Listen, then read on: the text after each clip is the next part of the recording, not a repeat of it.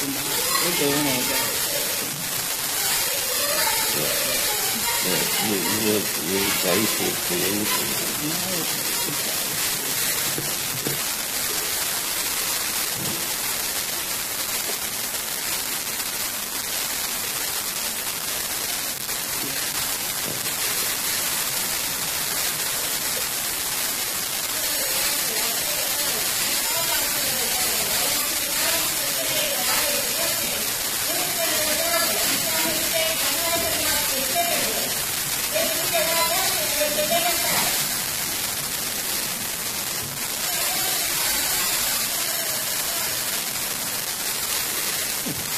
It was our time as committee members yesterday to make our case. Today is different. Today is the day that the American people are supposed to hear from the nominees. This morning, we'll begin our questioning of Judge Kavanaugh. We will get through all members' first rounds of questions today, no matter how long it takes. Members are allotted 30 minutes for the first round. If your time expires, the remaining questions may be continued, of course, in the second round tomorrow. We'll take a lunch break, as well as probably 2 other 15-minute breaks throughout the day. For now, let's plan our first break after 5 senators or so have completed their questions. I assume that this will be around 12:15, which will hopefully coincide with the floor vote that's already scheduled. This would be a 3-minute or 30-minute break for vote and lunch. But Judge, if you would like to take a break any other time, let us know. We're happy to accommodate that. And with that, I will start the questioning of my 30 minutes.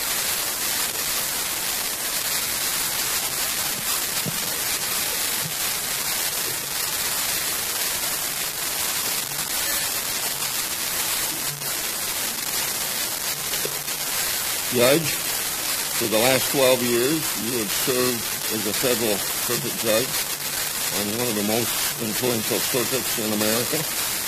You've authored 307 judicial opinions and hundreds more, totaling more than 10,000 pages of record. You have decided some of the most pressing legal issues facing our country. The Supreme Court of the United States, the one you're nominated to be on, has adopted the legal position, your legal position, from at least 12 opinions. The Senate Judiciary Committee has received dozens of strong letters of support from hundreds of people, many of whom you know best, from all across the political and ideological spectrum. And the American Bar Association has given you its highest rating, unanimously well qualified. My Democratic colleagues have said that this is the gold standard of judicial nominations. There is no dispute that you're one of the most qualified Supreme Court nominees. Some people say the most qualified, and I don't disagree with their judgment. And that could be for anybody coming before the United States Senate. I'm not the only one who says that, because we have a letter from Robert Bennett, surprisingly, President Clinton's attorney, and your opposing counsel during the independent counsel investigation of President Clinton. He wrote a very strong letter in support of your confirmation. Quote, Brett is the most qualified person any Republican president could possibly have nominated. Were the Senate to fail to confirm Brett, it would not only mean passing up the opportunity to confirm a great jurist, but it would also undermine civility in politics twice over. First, in playing politics with such an obviously qualified nominee, and then again in losing the opportunity to put such a strong advocate of decency and civility on our nation's highest court. Mr. Bennett also speaks highly of your integrity and to your fairness and open-mindedness. And so without objection, I would enter that letter in the record. Now to a question. I imagine that your 12 years of judicial service on the second highest court in the land has given you plenty of opportunity to think about my first question, which is, what makes a judge a good one, and what influences in your life have shaped your vision of how a judge should go about doing his job? Thank you, Mr. Chairman.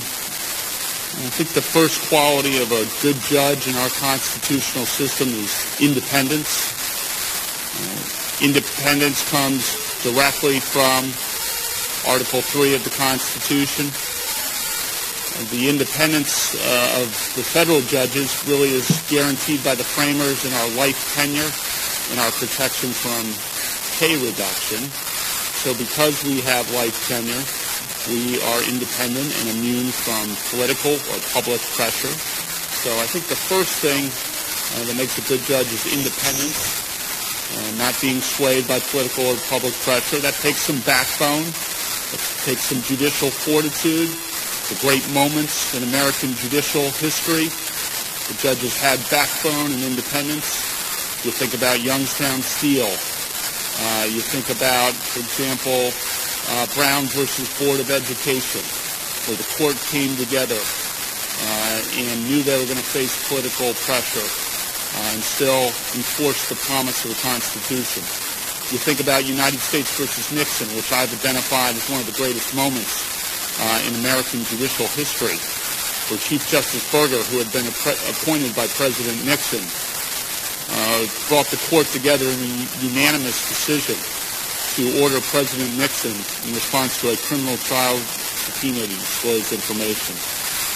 Those great moments of independence and unanimity are important. Respect for precedent is another one. We are a system of constitutional precedent. Precedent is not just a judicial policy. It's sometimes stated that it's just a policy. Precedent comes right from Article 3 of the Constitution. Article 3 of the Constitution refers to the judicial power. What does that mean? What does judicial power mean?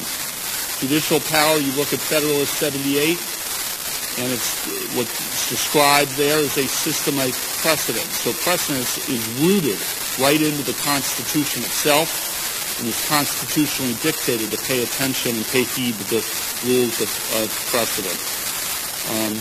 Beyond that, being a good judge means paying attention to the words that are written, the words of the Constitution, the words of the statutes that are passed by Congress, not doing what I want to do, not deferring when the executive rewrites the laws passed by Congress, but respect for the laws passed by Congress, respect for the law, the words put into the Constitution itself. That's part of being a good judge. That's part of being independent. That's part of precedent. And then I would say being a good judge, there are human qualities in terms of the interaction. Although these confirmation processes focus on one person, as if you're making all the decisions, as I said yesterday, I'm joining a team of 9 if I were fortunate enough to be confirmed. And that means something. It means something in sports. It means something in judging. I don't make decisions by myself. For the last 12 years, I have not been making decisions by myself. Every case has been in a panel of at least 3 judges. And you learn from each other when you're deciding cases. You work with each other when you're deciding cases. And so having collegiality and civility, as Justice Kennedy showed us so powerfully, repeatedly, with how he conducted himself over the years. That's very important. Because those great moments that I was talking about at the beginning, like the United States versus Nixon, like Brown v. Boyd, the court came together in unanimous decisions, and the unanimity of the decisions added force. That took personal interaction, that took collegiality. So I think, I've tried to be a very collegial judge. I've tried to be civil. I want, Mr. Chairman, the losing party in every case to come out and say, Kavanaugh gave me a fair shake. He was well prepared. He wrote a clear opinion. He explained everything. I disagree, but at least I get it. So I want the losing party, and I want both parties to walk out at oral argument and say, He had an open mind. He gave me a fair shake. And I think I've done that for 12 years. I've tried to do that consistently. Everything you do as a judge matters in terms of being a good judge. Oral argument, writing opinions, how you decide. So those are the qualities. I guess the last thing I always remember about it is that the thing I said my mom told me was in the first instance. Judging is not just about theory. It's not theory. It's not just what a law review article is. Judging is real people in the real world, and every decision we make, no matter how high-minded it might sound, affects real people in the real world with real interests. We have to remember that in how we explain the decision. Thank you, Mr. Chairman. Now, following up on the wise words of Senator Sass yesterday on separation of powers, your record before the Senate includes more than 10,000 pages of judicial writings over your dozen years. We have over 440,000 pages of emails and other records from your legal service at the White House and Judge Starr. And you have written extensively on the issue of our Constitution's separation of power among the three branches. And a key component of the separation of powers is the independent judiciary. Obviously, everybody learns in 8th grade civics about judges interpreting law. The judiciary must continue to be the least political and least dangerous branch. A judge's sole job is to find and apply the law evenly and fairly without regard to the president who nominated him, the senators who voted for him, the parties before him, and the political consequences of his judicial decision. So, Judge, let's discuss judicial independence from the executive branch. No one, not even the president, is above the law. Some of my colleagues have criticized your views of presidential authority, suggesting, wrongly in my opinion, that your views of presidential authority would not allow any meaningful check on the president, particularly this one. Please tell us what judicial independence means to you, including whether you have any trouble ruling against the president who appointed you and against the executive branch in any case before you. You partly talked about independence, but apply it specifically to ruling against the president or the executive branch generally. Thank you, Mr. Chairman. And to begin with, you're correct. No one is above the law in our constitutional system. Federalist 69, Hamilton, makes clear all the ways that the executive branch as designed by the framers of the Constitution was different from the monarchy. Under our system of government, the executive branch is subject to the law, subject to the court system, and that's an important part of Federalist 69. It's an important part of the constitutional structure. In general, so too, we as judges are separate from the Congress. We are not supposed to be influenced by political pressure from the executive or from the Congress. We are independent. We make decisions based on law, not based on policy, not based on political pressure, not based on the identity of the parties, no matter who you are in our system, no matter where you come from, no matter how rich you are or how poor you are, no matter your race, your gender, no matter your station in life, no matter your position in government, it's all equal justice under law. And again, look at our examples in history. I always will go back to the great moments in our history where these principles which sound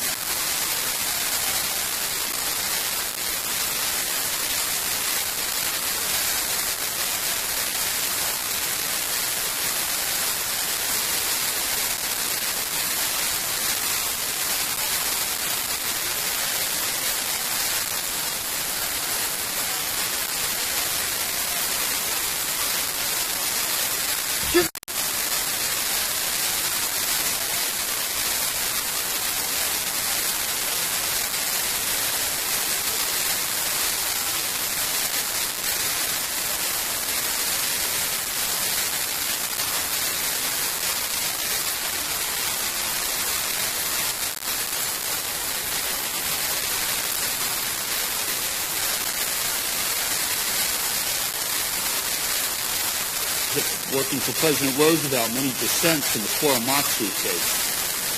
Stands up and says, letting racism like this is like letting a loaded weapon lie around. Dissents against President Roosevelt's decision. Justice Jackson's... I think this is fun.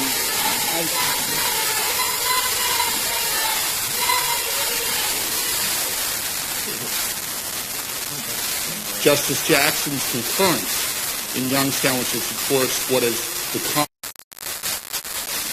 test, Category 1, Category 2, Category 3. But again, he writes that concurrence in Youngstown. Why is that a moment of judicial independence? He had taken positions contrary to that when he had worked in the executive branch in the Roosevelt administration, yet when he's a judge, he sees it differently as an independent judge. How about Chief Justice Burger? United States versus Nixon. Writes the opinion. Unanimous. Moments of judicial independence. So it's resisting public pressure, political pressure. It's treating everyone equally, no matter where you are, what station. When I was became a judge on the D.C. Circuit, I had a case called Hamdan versus United States. Who's Hamdan?